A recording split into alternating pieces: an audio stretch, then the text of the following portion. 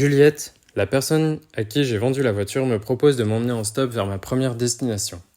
Elle me dépose à un rond-point, et 10 secondes de pouce en l'air plus tard, 2 Kazakhs me prennent en stop. On met le français et l'anglais au placard, ils ne parlent que le russe, merci Google Traduction et Google Maps. Ils comprennent où je veux aller et m'y emmènent sans poser de questions. On pourrait croire qu'à ce moment-là, c'est flippant, mais tout l'inverse se produit. Là, c'est incroyable, je suis dans une voiture où il y a 2 Kazakhstans. Ils m'emmènent pour aller dans mon premier écolieu, c'est n'importe quoi. Et du coup, là, on arrive. Ils parlent pas un mot de français ni d'anglais, mais ils sont super sympas. Un petit peu. Un petit peu de français, il dit. T'as compris ? Il a compris. Je ressens l'envie de leur faire confiance, et 20 minutes plus tard, ils me déposent sur le parking des Jardins de Corinne. Un lieu où tout le monde est le bienvenu. Tout s'enchaîne. Bon bah c'est bon, j'ai trouvé Marc. Il est dans un champ. Marc, le compagnon de Corinne, vient me récupérer et m'emmène sur un de leurs terrains. Ce terrain a pour but d'être pédagogique avec une philosophie permaculture. Vous êtes en Chine, on va planter le riz. Je suis tombé avec un comédien en plus. Tu filmes pas là? Si. Merde. Vas-y, dis des conneries. Il est actuellement en train de réaliser un poulailler avec l'aide de Jean-Noël, un ami à lui. Je vous présente Jean-Noël. Salut. Salut. Je fais un tour du monde. Un tour du monde. Voilà. Moi, au parcours de vie, j'ai travaillé à l'âge de 16 ans, j'étais tourneur taraudeur. Je faisais la construction métallique. Je suis allé dans une entreprise au départ, alors tu sais, quand tu as 16 ans, on va dire que tu es un peu rebelle, hein, où j'étais mal reçu. Et le gars, il me faisait faire que de la peinture. Ah, au lieu de... Alors au bout d'une semaine, j'ai dit, moi, écoute, c'est bien gentil, mais moi, je suis là pour la construction métallique, je suis pas là pour faire peindre. Ouais. J'ai dit, autrement, je serais allé voir quelqu'un d'autre. Hein. Alors, il dit, ouais, mais enfin, il faut bien tout faire. Ben, je dis, oui, il faut bien tout faire, mais enfin, il faut peut-être arrêter de prendre les gens pour des imbéciles. Exactement. Surtout quand c'est des jeunes. Exactement. Bon, déjà, ça y a pas plu. Super, ça ne plaît pas. Je suis revenu la semaine d'après. Donc, il me dit, ben, je lui dis, ben, en fait, je fais quoi aujourd'hui? Ben, il me dit, tu fais comme la semaine dernière, la peinture. Ah, ben, j'ai dit, d'accord, j'ai pris le pot de peinture, je l'ai renversé, puis je suis parti. Bon, il n'a pas aimé. J'adore. Je leur file un coup de main pour la réalisation d'un système d'aération pour le poulailler.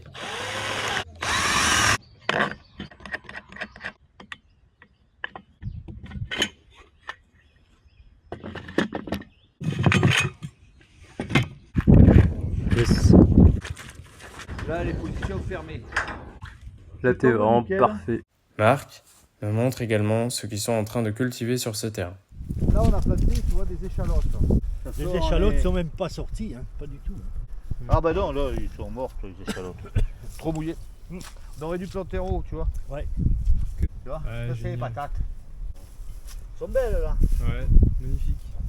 Hein? Et les semis des échalotes, tu les commences en novembre? Ouais, Ok.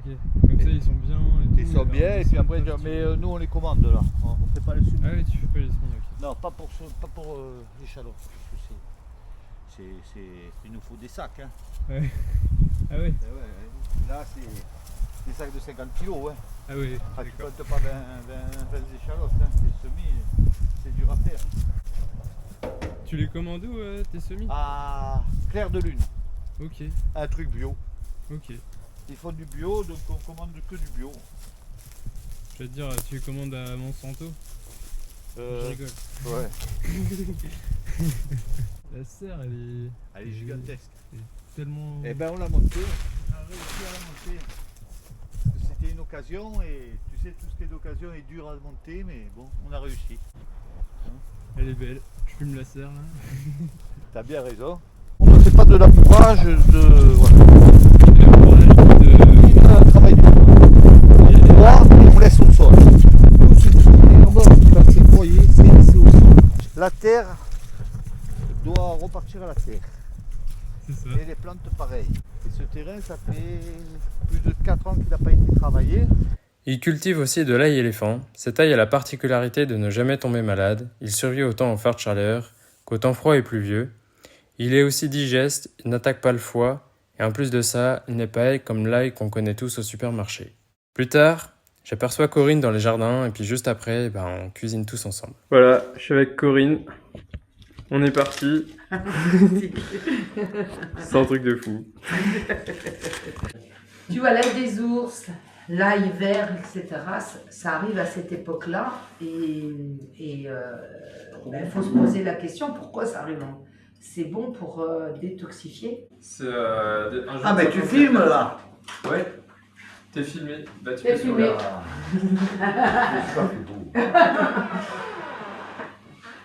Tu veux de l'ail? Bon, je te fais de l'ail. Je fais de l'ail. Tu veux de l'ail? Je fais de l'ail. Écoute, j'ai mis le petit épaule. Là, je suis en train de faire une béchamel, mais qu'à base de flocons d'avoine, avec un peu d'ail là. Donc il n'y a pas de beurre, il n'y a pas de lait, tu vois, c'est en train de cuire. Voilà, et puis après on va le mélanger avec ça. Et ça nous fait un bon petit risotto. Voilà, complet, légumes, céréales, et puis voilà. C'est quoi déjà la céréale, tu m'as dit? Petite épeautre. Petite épeautre. Petite épeautre, et puis voilà, donc tu vas voir, ça fait un petit risotto sympa. Et c'est complet, tu vois. Ça s'épaissit tout seul. Il n'y a pas de farine, que du flocon de maïs. Ok. Et on voit ça comme ça s'épaissit. Et ça, je vais le mélanger avec. Et il n'y a pas de beurre, tu vois. Là, je vais te le montrer quand même. Et là, il épaissit vraiment. Là, il va même falloir que je rajoute un peu d'eau.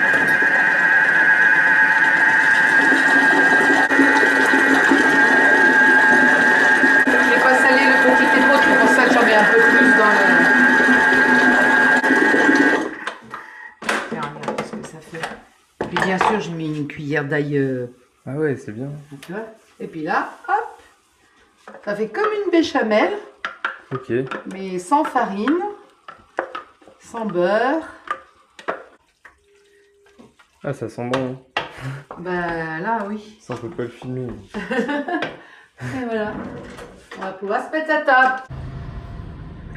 Bah oui.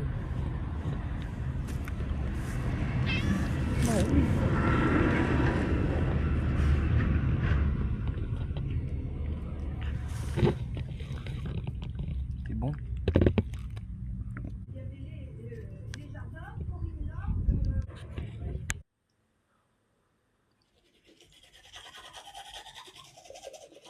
Au pied.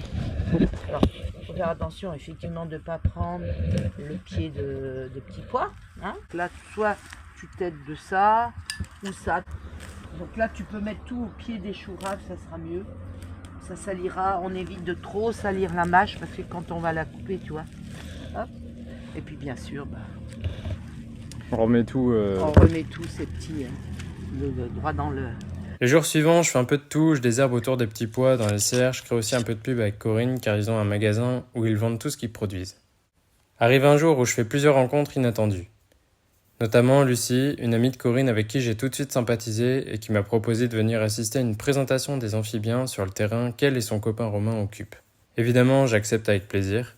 C'est juste incroyable que je trouve cette deuxième adresse juste après être reparti de chez moi. Il y a aussi Melvin et sa copine Tiffen. Melvin, c'est un gars qui sort des codes et qui est prêt à tout pour vivre en accord avec ses convictions. Salut Antoine, Melvin. Oui, salut. Je le sais parce que bien avant de démarrer ce tour du monde, je l'ai connu par hasard en regardant Rupture d'Arthur Gosset, un documentaire qui en dit long sur le système éducatif de nos jours. Ce qui est génial, c'est que dans ce film, on voit Melvin travailler chez Corinne. Sans trop savoir pourquoi, je me disais que ce serait trop cool de rencontrer des gens du documentaire Rupture. Et là, pouf, je le rencontre en vrai pile le jour où j'arrive chez Corinne. Le niveau de probabilité que ça arrive est quand même sacrément bas. À croire que tout s'aligne dans ce voyage. Et le soir, on fait un méga repas tous ensemble. 2 jours plus tard, je me prépare à aller à la soirée des amphibiens, je fais un peu de ménage en attendant Lucie pour y aller. Elle vient me récupérer et hop, c'est reparti. 5 minutes de voiture plus tard, on arrive sur le terrain. On apprend que leur terrain accueille plein d'espèces assez extraordinaires comme des salamandres, des mares, des tritons marbrés, des rainettes vertes et plein de grenouilles. Donc là, on a une larve de salamandre. Donc là, on voit qu'elle n'est pas encore tout à fait à son stade de devenir adulte, mais elle s'en rapproche. Elle a encore ses branchies, je ne sais pas si vous la voyez sur les côtés. Ouais. Et donc, je pense que là, elle sera adulte. Ça dure assez longtemps chez les salamandres. Peut-être fin d'année, enfin adulte non, mais tout au moins fini sa phase de croissance ou début d'année d'après.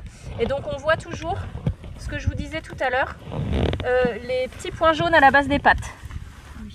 Donc là je vais pas la sortir parce qu'en fait vu le stade à laquelle elle est, elle peut pas vivre en dehors de l'eau. Et donc là a priori on est plutôt sur une femelle. Elle n'a pas les callosités a priori. Voilà la petite rainette. On apprend des techniques pour les attraper, soit à l'épuisette, ou alors avec des pièges à nasse ou même des entonnoirs. Romain et Lucie me proposent de passer la nuit chez eux. J'accepte avec plaisir. Les jours suivants, ils me font visiter leurs 2 terrains et les projets qu'ils veulent faire dessus. Qu'est-ce qu'on fait aujourd'hui, Lucie? Bienvenue au Giroir, petit terrain expérimental. Et aujourd'hui, on va rouler des brouettes de fumier. Ah, c'est trop bien. Cette prairie-là, plus la prairie d'à côté et la prairie derrière, ça appartient à la SCI. Donc c'est Coco et plus quelques autres personnes. Après, l'idée, c'est que peut-être un jour, on sera plus sur ce terrain-là. Et moi, j'espère qu'il y ait quelqu'un qui dise « Ah, bah, j'ai trop envie d'expérimenter en maraîchage » et qui reprenne cet endroit-là, quoi. Et là, on est en train de préparer pour mettre des petits fruits. Du coup, il y aura framboise, fraise, cassis, groseille. Et puis, l'idée, c'est de multiplier les pieds mères. Et puis, peut-être à terme, faire une zone d'autocueillette ici pour que les gens puissent venir cueillir leurs fruits, quoi. Donc là, il faut finir de mettre du fumier sur les planches qui sont pas finies. Il en reste une là-bas et il reste celle-là. Donc tout ce qui est bâché, là, ça va être des fraises. Les 3, il y en a 3 autres à bâcher. Donc on va avoir 6 planches de fraises. Un terrain est utilisé pour des expérimentations en maraîchage et en pépinière. L'autre, c'est le terrain où ils s'installent. Après, les 2 terrains ont vocation à être pédagogiques avec une philosophie permaculture. Ils vont m'initier au maraîchage. On paille avec des brouettes de fumier. J'apprends à préparer des stolons de fraisier, puis on les plante. Ils m'expliquent aussi ce qu'est le marcottage. On fait des semis de tomates ensemble. Tomate cerise black cherry.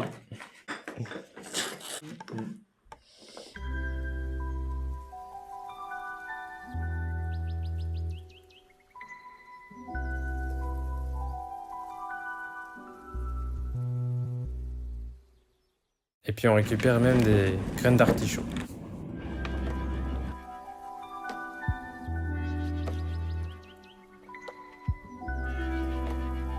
En échange de ces apprentissages, je leur file des coups de main en menuiserie en construisant des bacs à arbres en Douglas. À ce moment-là, je suis vraiment super content de transmettre mon savoir-faire de menuisier.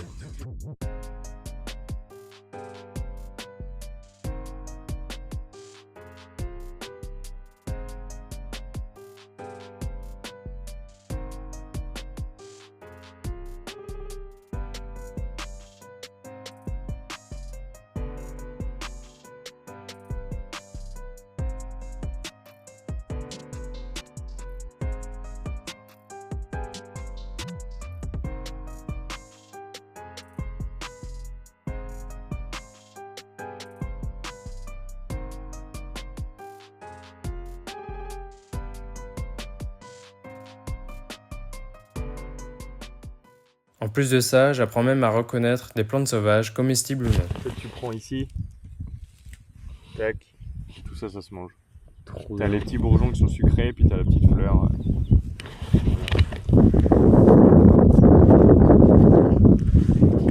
Blanche, super belle, que les abeilles adorent. Tu vois là-bas, c'est comme 24 mars, t'as vu, il y a déjà des petits poiriers sauvages. Lui, il fait ses feuilles, ses premières feuilles en même temps que ses fleurs. C'est lui. Avec ses... Ça se cuisine comme des cornichons, les boutons là. Ouais. Et puis la feuille, tu peux la manger, c'est super. En tisane, tu peux la manger comme ça en salade. Des fois, j'en fais des pestos aussi. Si un jour il t'arrive un truc, tu vois, tu peux la reconnaître comme ça. Il y a celui-là et le plantain majeur. Alors le plantain majeur, c'est à peu près la même chose, sauf qu'il a la feuille plus ronde. Et souvent, il pousse sur les sols un peu plus tassés. Le plantain lacéolé pousse plus dans les zones plus équilibrées. Les sols sont un peu plus légers. à tendance peut-être un peu humide. Mais en gros, ça c'est hémostatique. Donc moi, ça m'est arrivé plusieurs fois en animation avec des enfants, quand j'avais rien sous le nez, ou quand t'es pris à dépourvu, ou même moi tout seul, tu vois, je me suis coupé. Et ben en fait, là, si je me coupais et que j'avais un problème avec un pansement, tu utilises cette plante. Tu la prends, tu la mets dans ta bouche, tu la mâchouilles, t'en fais une patouille pour faire sortir les sucs. Mais tu peux le faire à la main, hein, ça marche aussi, tu l'écrases comme ça, tu vois, tu vas l'écraser. Si tu te fais piquer par une Non, guêpe, c'est des trucs comme ça. alors si tu fais, ouais, ça marche aussi contre les piqûres d'insectes. Ouais. C'est antibactérien, mais c'est surtout hémostatique. Tu vois, ça va faire sortir un petit suc, un petit jus, et en Ouais. fait tu viens et tu mets sur ta plaie comme ça. Et en fait c'est hémostatique, ça arrête les hémorragies. Donc trop bien. et moi je l'ai fait avec des enfants. Ça m'est arrivé aussi de saigner du nez. Et c'est bon, alors c'est pas beau, mais si t'es tout seul, tu te la mets dans le nez et ça va couper le truc. Puis après tu l'enlèves, t'arrives à la maison et puis, Trop puis bien. tu te nettoies. Et en fait c'est top. C'est donc hémostatique le plantain. Les anciens ils cueillent comme ça, ils prennent le couteau et ils coupent là. Et en fait ils ramassent, ça fait une salade. En fait quand tu le coupes ici, tu coupes la racine et t'as toutes les feuilles qui viennent. Et les anciens ils mangent ça en salade. Tu mets ça avec de la vinaigrette là comme une salade. Et puis tu peux le manger, c'est juste que c'est un peu amer, hein. C'est très bon. Et puis après la fleur si tu veux aussi. La fleur on fait plus de... Après moi je la trouve un peu... Je trouve que c'est amer, moi je suis pas fan. C'est amer, mais quand c'est amer ça veut dire que c'est bon pour... Tout ce qui est amer c'est bon pour décrasser. Décrasser le foie, l'estomac, l'intestin, le pancréas beaucoup aussi. Ah oui la fleur c'est très bon. Ça c'est de la ciboulette sauvage. Ça moi j'adore ça. Ça par contre dès que je me balade j'en bouffe. Oh. Croque bien, tu vas voir. T'as l'impression de bouffer de la ciboulette. Et des fois, c'est la première qui sort, elle sort avant la ciboulette. Nous en maraîchage, du coup, je viens l'accueillir. Et là, dans les petits champs comme ça, t'en trouves partout. Putain. En fait, t'as une méga salade là dans le champ. Là. Par contre, la famille à qui il faut que tu fasses attention, c'est elle là. Famille des carottes. On en parlait l'autre soir. Donc ça et ça. C'est Donc deux trucs différents ça. Ouais, c'est deux plantes différentes, mais c'est la même famille. C'est la grande famille des apiacées. Mais là, cette famille apiacée, faire gaffe. Ça, c'est Eunanthe safranée. Donc ça, si un jour tu as des comptes à régler avec quelqu'un, tu lui fais une infusion de ça. Et normalement, ce sera la dernière infusion qu'il boira. Alors, je saurais pas te dire laquelle c'est. Ça peut être l'entrisque, ça peut être... là-bas, tu as le Nantes en bord de rive. Ça peut être une ciguë, ça peut être un cerfeuil. Je saurais pas te l'identifier. Je suis pas assez calé sur cette famille-là. Je sais que c'est vraiment compliqué. Donc je me tenterai pas. Je te dis juste faire très attention. Là, il y a un beau spot à ortie. Pareil, ortie. Ouais. Toujours la tête comme ça. Alors moi, je cueille même pas. En général, je prends même que ça. Ouais, tu prends que le haut. Moi, je prends la tête, c'est le plus nutritif, le plus tendre. Ça, c'est pareil, hémostatique. C'est le deuxième meilleur état. Le plantain, l'ortie et l'aquilée qu'on verra en haut. Si tu as un problème, dans le nez. Alors, c'est moins pratique. Mais une fois que tu l'as mâché, en fait, la technique, c'est tu roules. Ouais, ça, je connais. Bah... Tu roules, voilà, tu casses le truc, tu mets dans ta bouche, tu te le mets dans le nez ou sur la plaie. C'est le meilleur qui soit. Et après, moi, je vais en récupérer pour faire du pesto. Voilà, après, tu manges. Si tu veux. Tu peux mixer encore, hein. Je l'ai pas trop écrasé là. Si tu veux la bouffer, fais gaffe à ta langue. Une fois que c'est dans la langue, c'est pas très agréable. T'as le petit lamier aussi. Lui, tu vois, il est partout là. Famille des lamiers. Ça, c'est la famille du romarin et de la lavande. Les lamiers ou la menthe, famille de la menthe. Et ça a pas du tout l'odeur et le goût. Par contre, c'est une super fleur qui donne plein de nectar. Et c'est très bon aussi. Tu peux le manger. Sans problème, celui-là, très bon, faut pas hésiter. Et celui-là, tu le trouves partout, il est très commun. La ficaire, elle soigne une maladie très commune chez nous les hommes. Tu vas peut-être reconnaître. Alors la ficaire, là, on peut plus tu peux la manger au printemps quand elle est encore en feuille. Une fois qu'elle est en fleur, elle devient toxique. Donc tu la consommes plus. Par contre, là, elle est en fleur, donc on peut plus là, la consommer. c'est ça, tu la consommes plus. Ça se consomme très tôt, ça se consomme fin février, début mars. Elle commence très tôt. On va peut-être la trouver.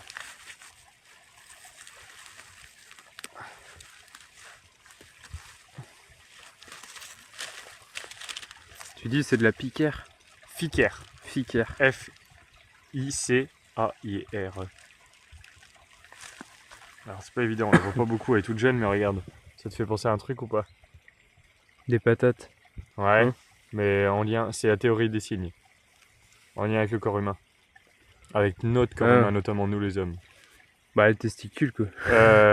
Ouais, ça peut, ouais, c'est ça, c'est un peu lié à ça. En fait, ça là, tu manges le système racinaire et ça soigne les hémorroïdes.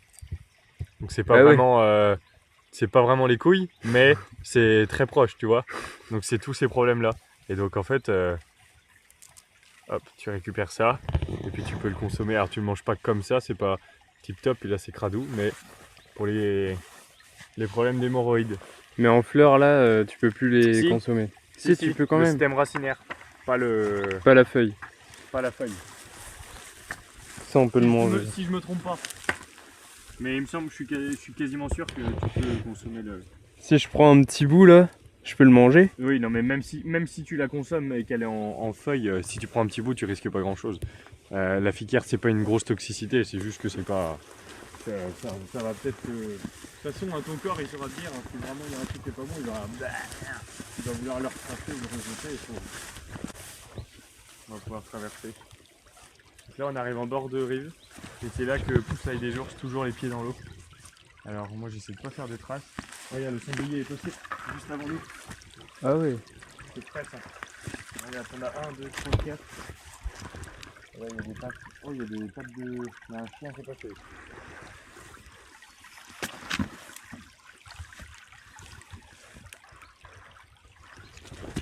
Tac, voilà.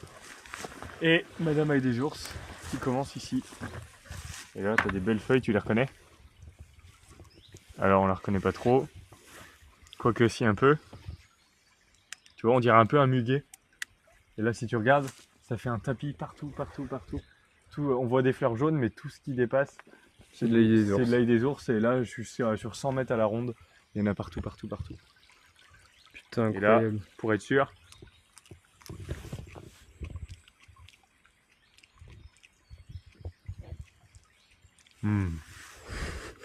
Voilà, c'est de l'ail.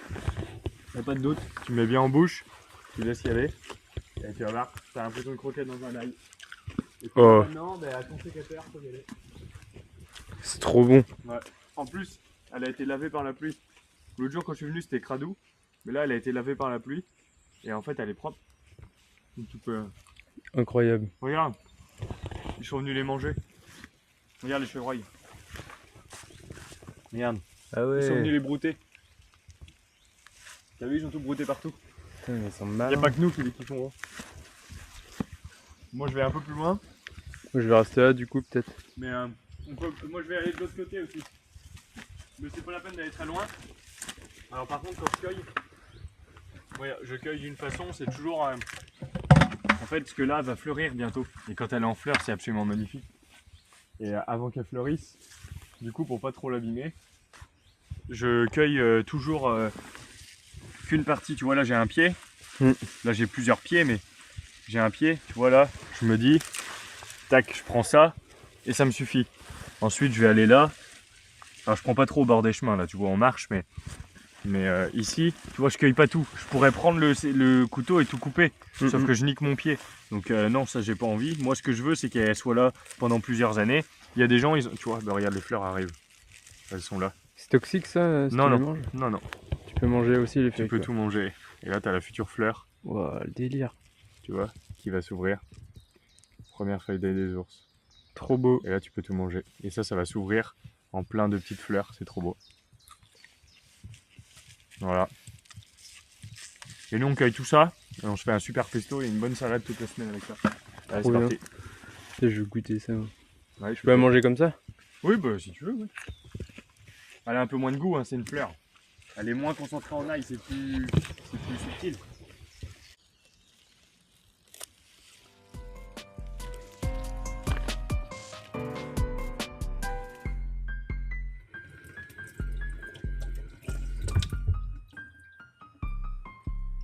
Au fil des rencontres, j'ai pu en apprendre davantage sur la permaculture et la syntropie. De ce que j'ai compris, on peut faire de la syntropie en permaculture, mais pas l'inverse. La syntropie, c'est vraiment une technique de régénération rapide de biomasse au sein d'un même lieu, tandis que la permaculture, c'est un concept bien plus global, durable, flexible, incluant des aspects socio-éthiques. Les apports externes de biomasse en permaculture sont possibles, mais pas obligatoires.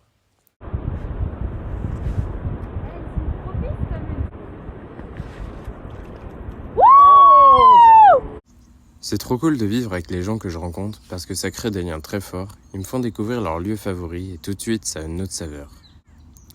Ils m'apprennent à cuisiner quelques plats quand on a du temps libre. Et puis je prends aussi du temps pour moi afin d'organiser la suite de mon voyage. Et d'ailleurs, en appelant un contact d'un gars que j'ai rencontré en stop au début du voyage, je trouve un chantier improbable qui va sûrement changer ma vision de la construction. Je vous en dirai plus dans une autre vidéo. C'est parti, je stresse. Allô? Allô, bonjour. Salut, c'est Antoine. Alors, on se connaît pas du tout.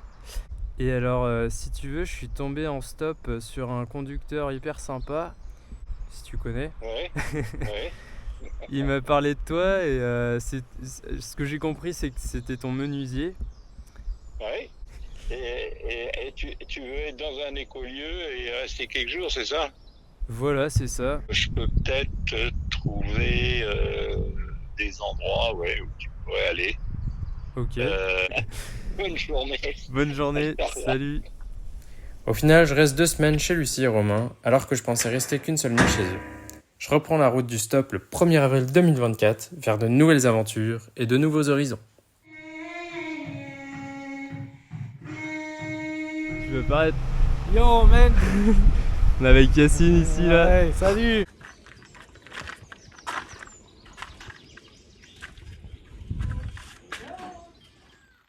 A plus pour une nouvelle vidéo quand j'aurai du réseau. Salut.